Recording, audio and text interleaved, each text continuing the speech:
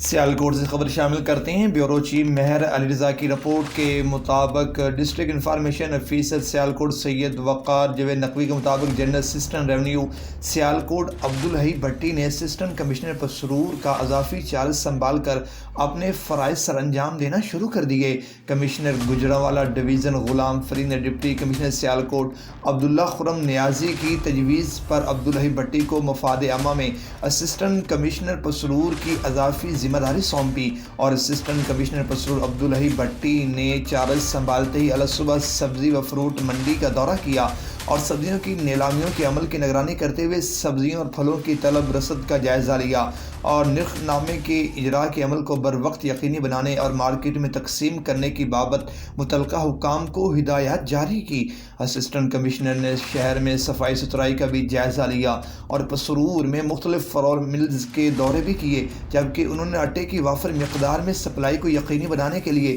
محکمہ فوڈ اور revenue departments کے متعلقہ حکام کو سخت نگرانی کرنے کی تاکید کی تاکہ عوام الناس کو سستی اشیاء خرد و نوش وافر مقدار میں میسر ہوں۔